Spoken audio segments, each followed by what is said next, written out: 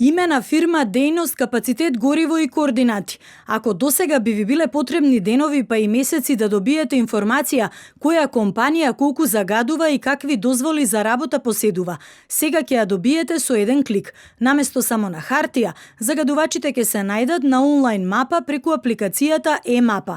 Ќе може и да се пријават, а инспекторите брзо да реагираат на терен. При притиска на пријава копчето ви се појава формулар кој што може директно на самиот сајт да го пополните и кој што ќе отиде директно во Државниот инспекторат за да пријавите, еве, веруваме дека од овде или од овде доаѓа загадување, бидејќи ако сега ќе погледнам надвор од прозор и ќе видам на мапата, аха, таму има можни правни субјекти, да можат и самите инспектори да испитаат ситуацијата на терен и да видат дали навистина таму настанува некое прекршување на загадувањето. Пропусти во инспекцијските надзори околу загадувањето на животната средина има особено во изработката на ГУП-овите, кои треба да содржат информации какви стандарди за домување ќе се применуваат во секоја зона и колкава е концентрацијата на загадувањето. Директорката на Инспекторатот за животна средина очекува алатката да добие и законска форма. Како проектна активност ќе заврши во еден момент. Така, ние како инспекторат ќе продолжиме да ја користиме, ќе биде достапна за сограѓаните, ама очигледно е дека таа треба да биде еден жив документ кој што некој ќе треба да ја надградува. И се повеќе размислувам за тоа навистина да се воведе едно законско решение. Инженерот Зоран Зорик со години ги обработува податоците за конечната ревизија за индустријските капацитети.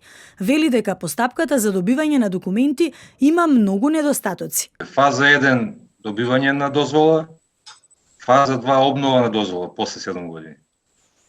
Значи, ништо не е џуако. Да.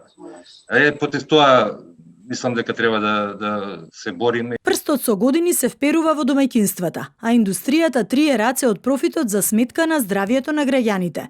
Потребна е точна информација за работата и обврските на потенцијалните загадувачи, вели Лилјана Поповска од Зелен институт. Според неа, случајно или намерно, институциите не се координирани, а недостасуваат и стручни кадри во секторот. Ни треба ревизија на вредностите, на стручноста во државата и која област е поподатлива и попотребна и поургентна од животната средина. И затоа ќе беше многу добро да можевме да почнеме преговори со ЕУ што поскоро и да можевме да се бориме да почнеме од решавање на поглавието за животната средина. Е-мапата на загадувачи е изработена во соработка со Инспекторатот за животна средина и ќе биде јавно достапна за граѓаните.